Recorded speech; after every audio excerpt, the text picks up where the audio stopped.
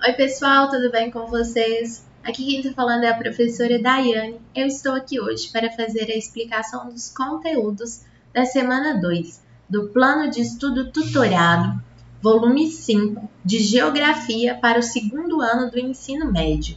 Vamos trabalhar o eixo temático Produção e Organização do Espaço Geográfico, mudanças nas relações de trabalho, inovações técnicas e tecnológicas, e as novas geografias, a dinâmica econômica mundial e as redes de comunicação e informações. O nosso tema central da aula, migrações internas brasileiras. A habilidade que você, estudante, deve saber fazer. Verificar a inter-relação dos processos sociais e naturais na produção e organização do espaço geográfico em suas diversas escalas. Além disso, você deve ser capaz de identificar as contradições, ou seja, as diferenças, as desigualdades que se manifestam espacialmente em decorrência de processos migratórios. Eu diria que aqui, nessa partezinha aqui, está a cereja do bolo da nossa aula. Você deve ser capaz de observar as diferenças, as contradições que se manifestam no espaço em decorrência ou devido a processos migratórios. Vamos então começar o conteúdo. O PET está dividido da seguinte forma. Ele traz uma introdução sobre migração interna no Brasil e aí depois ele faz um apanhado das migrações internas até o século XX, a partir do século XX e atualmente. Dessa primeira parte, que é a introdução, eu queria ressaltar só uma coisa para vocês, que é esse primeiro parágrafo. Resgatando o que a gente viu na aula da semana 1. Migração é a mobilidade espacial da população, ou seja, é a ação, é o ato de trocar de lugar, né? Essa troca pode ser de país, pode ser de região, de estado ou apenas de município, de domicílio dentro de um mesmo município. Bom, e além disso, reforçando aquilo que a gente viu na semana 1, esse fenômeno de migrar pode ser desencadeado por fatores religiosos, psicológicos, sociais, econômicos, políticos e ambientais, podendo ser voluntária ou compulsória. Aí depois o PET vai fazer uma análise das migrações ao longo da história do Brasil, só que aí, ao invés de passar pelo esse texto introdutório, eu entendo que fica mais fácil a gente chegar aqui na parte compartimentada, de ver as características das migrações internas no Brasil até o século XX, a partir do século XX para chegar nos anos atuais. Então, vamos pegar aqui Brasil, né, de 1500 até o século XX, né? Então, até 1901. Então, beleza. Nesse período, o Brasil tinha um território muito dividido, ele estava dividido naquilo que a gente chama de arquipélagos econômicos, ou seja, existiam ilhas isoladas de desenvolvimento. O Brasil não era totalmente integrado, né? Haviam áreas isoladas mais desenvolvidas, outras menos desenvolvidas, então por isso que a gente chama de arquipélagos econômicos, né? Então era um conjunto de pedaços mais ou menos desenvolvidos. Até o século XX, o Brasil era uma nação basicamente agrário-exportadora, ou seja, produzia gêneros agrícolas e exportava-os, né? Nesse contexto, principalmente dos séculos XVI, XVII, XVIII, os fluxos populacionais eram limitados por alguns motivos. Por exemplo, havia dificuldades de locomoção, não havia uma economia nacional, porque não havia integração. Havia também uma baixa diferença entre nível de desenvolvimento econômico entre as diversas regiões do país, né?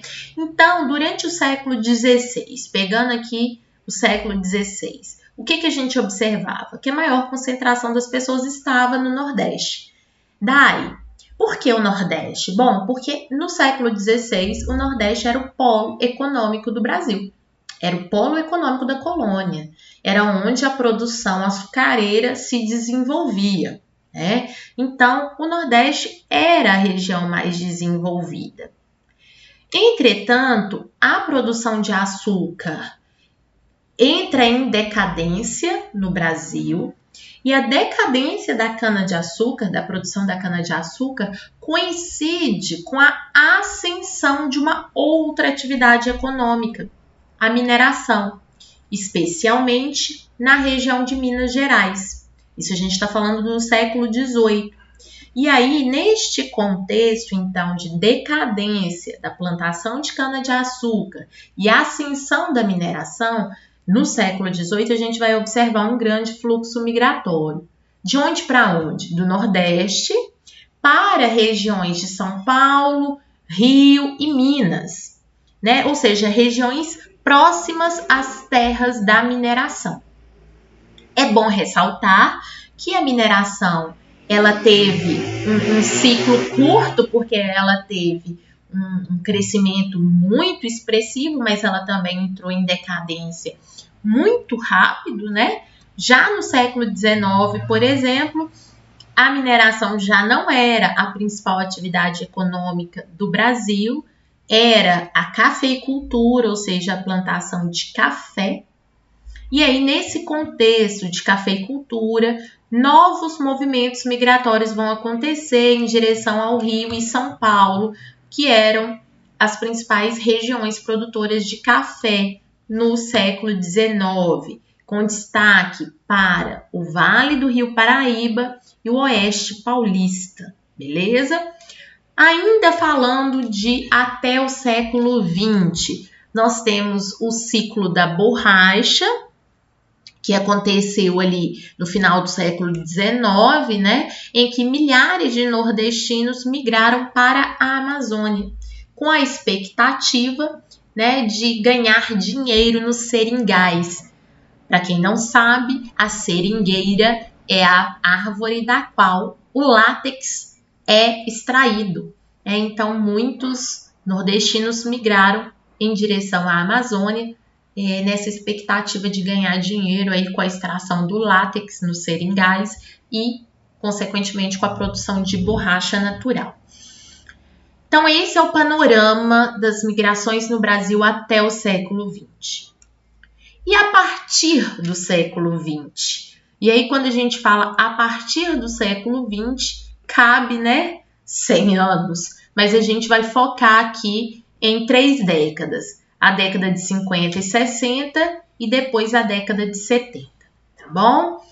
No geral, a gente pode dizer que o século XX foi importante porque os fluxos migratórios entre regiões se intensificaram, interregionais são entre regiões, e isso tem muito a ver com o avanço da industrialização e a urbanização que transformaram o modelo econômico do país, que deixou de ser agrário exportador e tornou-se um país urbano industrial. Então, pegando esse século XX, focando na década de 50 e 60, o que a gente tem aqui para chamar a atenção? Que a partir dos anos 50, o Brasil teve um intenso fluxo migratório do Nordeste para o Sudeste. Então, observem, gente, que o Nordeste aparece muitas vezes como essa região de emigração, ou seja, como essa região de saída, de expulsão. Isso tem a ver com o fato de que o Sudeste já estava num período de industrialização mais avançado e que, por isso, atraía mão de obra. Também, falando da década de 50 e 60, foi um período histórico em que o êxodo rural se intensificou bastante, porque grande parte da população do campo se mudou para a cidade em busca de trabalho, em busca de melhores condições de vida, né? Isso fez com que grande parte da população brasileira se concentrasse nos grandes centros urbanos. esse mapa sintetiza os fluxos migratórios internos no Brasil na década de 50 e 60. Notem, então, que a espessura da seta saindo do Nordeste para o Sudeste é mais larga, para mostrar que o fluxo era mais intenso, do Nordeste para o Sudeste. Mas havia também migração do Norte para o Sudeste, do Centro-Oeste para o Sudeste e do Sul para o Sudeste, mas em menor proporção se comparado ao fluxo do Nordeste. Falando agora um pouco da terceira década aí ressaltada, a década de 70. Na década de 70, a gente vai observar uma transformação do panorama dos fluxos migratórios. A gente vai observar um grande fluxo de pessoas saindo do sul para a Amazônia e para o Centro-Oeste. Aí a gente vai se perguntar, por que a Amazônia? Por que o Centro-Oeste?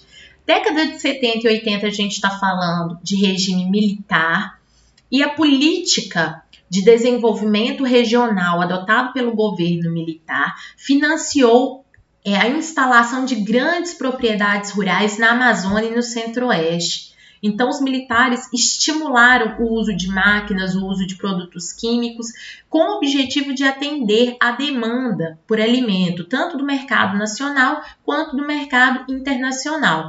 Diante desse estímulo do governo a essas grandes empresas e proprietários, muitas pessoas saíram do Sul e do Sudeste, se direcionando para o Centro-Oeste e para a Amazônia, em busca de terra, né? É nesse contexto que vai haver uma expansão das monoculturas e um aumento da mecanização dos latifúndios, que são as grandes propriedades rurais, beleza?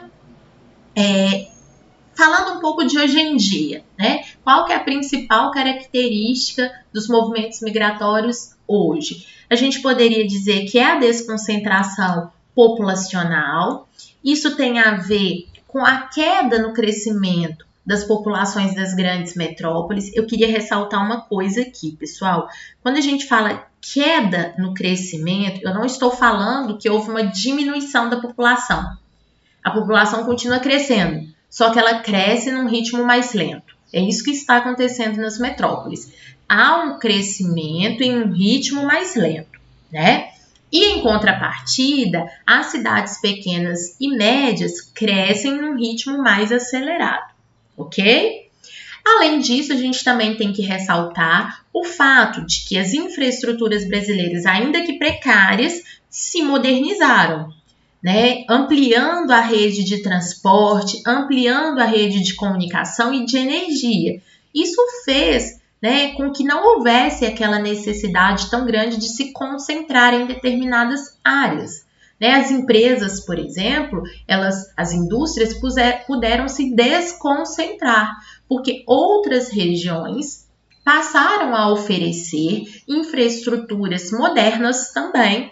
Um exemplo eu poderia dar para vocês aqui é a Zona Franca de Manaus, né? Um polo industrial localizado no coração da Amazônia. Por que foi possível? Ou como foi possível o desenvolvimento de uma zona franca em Manaus, no coração da Amazônia? Por conta da modernização das infraestruturas lá no Amazonas, lá em Manaus. Lógico que grande parte dessas modernizações das infraestruturas foram possibilitadas por investimentos estatais, sobretudo durante os governos militares das décadas de 70 e 80. Então, pessoal, é isso a nossa aula, conteúdo super importante. Fica aqui o meu abraço, meu beijo e dizer mais uma vez que estou com saudades de vocês.